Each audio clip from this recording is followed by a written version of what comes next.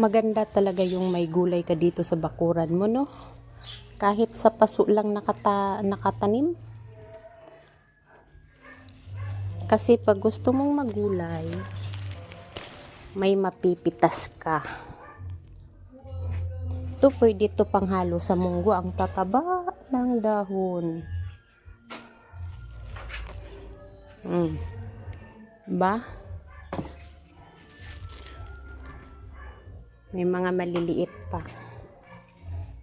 Kaya naman sa tunganga ka ng tunganga. Pag nakakita ka ng tanim ng kapitbahay mo, nanakawin mo kahit malunggay. O diba?